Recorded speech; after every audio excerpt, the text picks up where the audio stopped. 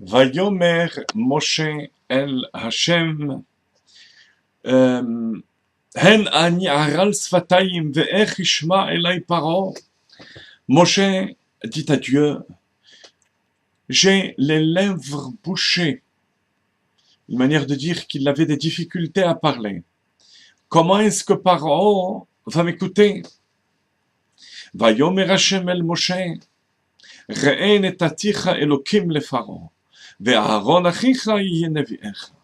Dieu dit à Moshe, je t'ai nommé Elohim, les pharaons. Vous savez qu'Elohim est la tribu de justice de Dieu, et c'est ainsi que Rashi explique dans le verset Aleph, Shofet verodé lirdoto bemakot v'isurim. Tu vas être son juge pour le dominer avec des épreuves et des plaies.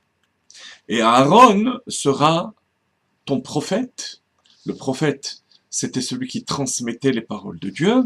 Et Rachid expliquait, effectivement, que Aaron sera celui qui va traduire et expliquer les paroles. Les deux termes sont employés par Rachid, traduire et expliquer. Regardez la suite. Ata tedaber et kol asher atzaveka, ve'Aaron achicha yedaber el paro. Toi, tu prononceras les paroles que je t'ordonnerai de prononcer, et Aaron expliquera au pharaon. Les mots de Rashi sont extrêmement importants. D'abord, pa'amachat, tu parleras, mais une seule fois. Kol shlichut ou shlichut, à chaque mission, kfi sheshamalta mipi, ainsi que tu l'as entendu de ma bouche, ve'Aaron achicha yamlitzenu ve'yat'imenu b'ozne pharaon. Et Aaron, ton frère, traduira et expliquera. Alors, plusieurs questions par rapport à ce passage. Première question, la plus évidente, que le Ramban Nachmanide pose. Tout ce passage est déjà décrit, ou plutôt, on a l'impression d'une répétition de la même scène, puisque lorsque Dieu dit à Moshe Rabbeinu pour la première fois dans Parashat Shemot d'aller parler au peuple et au pharaon, Moshe réagit de la même manière. Il dit à Kadosh Baruch Hu, Kichvad pe uchvad lashon anochi. J'ai la bouche et la langue lourde, donc ma parole est lente, mon élocution est lente. Dieu lui dit que Aaron sera ton interprète. Donc exactement comme ce que Moshe Rabbeinu dit dans notre paracha de Vaïra. Première question. Deuxième question. Rashi nous précise pas Amachat. Il faudra parler mais une seule fois. Pourquoi est-ce que c'est important et d'où Rashi le sait? Troisième question. C'est les deux termes que Rashi emploie, Yamlitzenu v'yata'imenu. Il traduira et expliquera. La réponse à toutes ces questions est dans la nuance des termes que Moshe Rabbeinu emploie.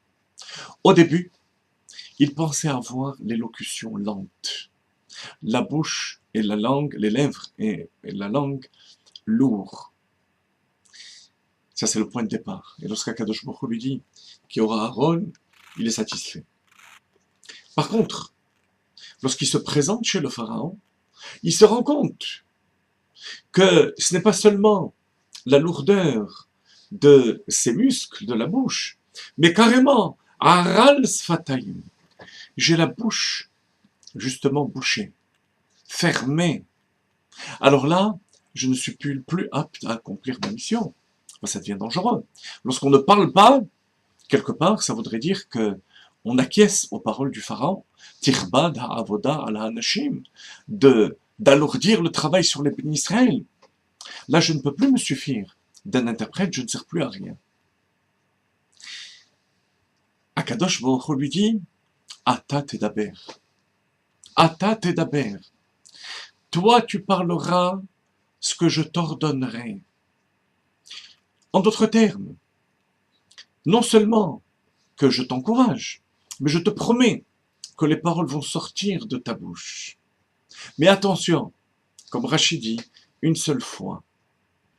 Le traducteur, ce sera Aaron. Ce qui veut dire que tu ne feras que répéter mes paroles à moi, à Kadosh Baruch Hu. Donc, Akadosh Baruch Hu, lorsqu'il se révèle au prophète, c'est en hébreu, Belashon HaKodesh. Le pharaon, rappelez-vous, depuis l'épisode de Yosef, on sait que le pharaon ne parle pas hébreu. Donc le rôle de Moshe sera de répéter la parole de Dieu devant le pharaon, en hébreu, dans une langue qu'il ne comprend pas, avec force, avec toute la détermination que le prophète a au moment où il prononce les paroles de Dieu, avec le visage et le ton qui correspond, et ça va faire trembler de peur le pharaon. Ensuite, Aaron traduira, expliquera. Mais il va falloir casser le pharaon, être son juge et son tyran quelque part, si on peut employer le terme tyran face à un tyran. On ne fait que rétablir la justice. Parce qu'il y a une importance particulière dans le fait de prononcer les paroles d'Akadosh Baruch Hu. Voilà la différence entre les deux passages. C'est la raison pour laquelle, donc, Moshe Rabbeinu ne se suffit pas de la première position d'Akadosh Baruch Hu, d'avoir Aaron comme interprète. Parce que la première fois, il n'a pas le devoir de prononcer les paroles de Dieu. Il va les prononcer en égyptien. La deuxième fois, il a une mission spéciale. On comprend pourquoi une seule fois. Il ne s'agit pas de convaincre, il ne s'agit pas d'expliquer, il s'agit de prononcer ces paroles. Ensuite, on comprend, la troisième question, la répétition, la nuance plutôt, entre traduire et expliquer, parce qu'il est indispensable de traduire dans une langue que le pharaon va comprendre.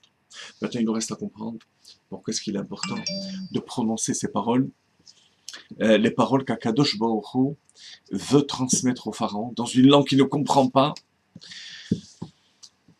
Pour cela, il faut rapporter une Gemara dans Brachot d'Avzaïn, où nos maîtres disent la chose suivante. Écoutez bien. Que she'ata roe racha she'asha'a mesacheket lefanav. Lorsque tu vois un rachat qui réussit, al taknitenu, ne l'excite pas. Dans ces moments-là, il ne faut pas l'exciter parce que c'est un moment de mazal particulier pour lui. C'est l'opinion générale des Chachamim. La Chassidut explique dans Oratora du Tzemach Tzedek que parfois la Klippa a une telle force que même le tzaddik ne peut rien contre lui. Il n'y a que Akadosh Baruch Hu qui est Kol Yachol, qui est omnipotent, qui peut détruire la Klippa à ce moment-là. Et pour cela, il faut le Moshe Rabbeinu. Parce que Moshe Rabbeinu, c'est Benachnuma. C'est l'annulation totale à Dieu. Annulation totale à tel point que ses lèvres sont trop faibles pour transmettre la parole. À tel point que ses lèvres se ferment. C'est l'annulation de Moshe Rabbeinu qui s'exprimait à travers ce bégaiement.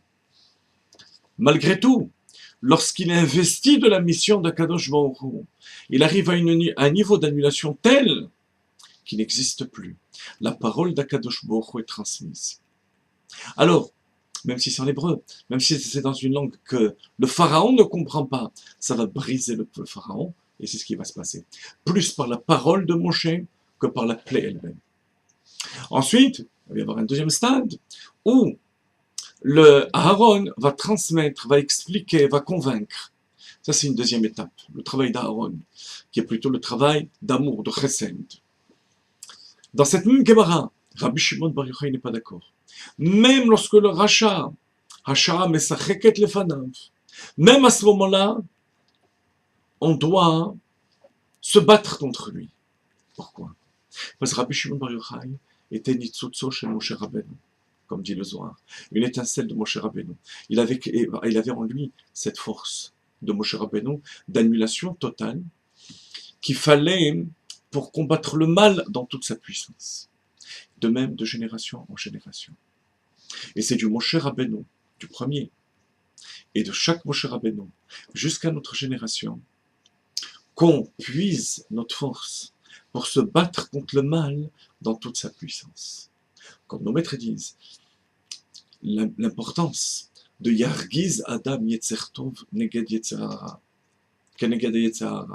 d'exciter le Yetzer Tov contre Yetzer Hara. Ça veut dire que Yetzer Hara va être là dans toute sa puissance. On aura la force de le faire, comme Adam Razaken explique dans le Perek Raftet du Tanya, qu'on est en train d'étudier pour la 9e fois, 9e partie du Tanya. Cette force, on la reçoit du Moshe Rabbeinu, cette témérité, ce courage vis-à-vis du mal.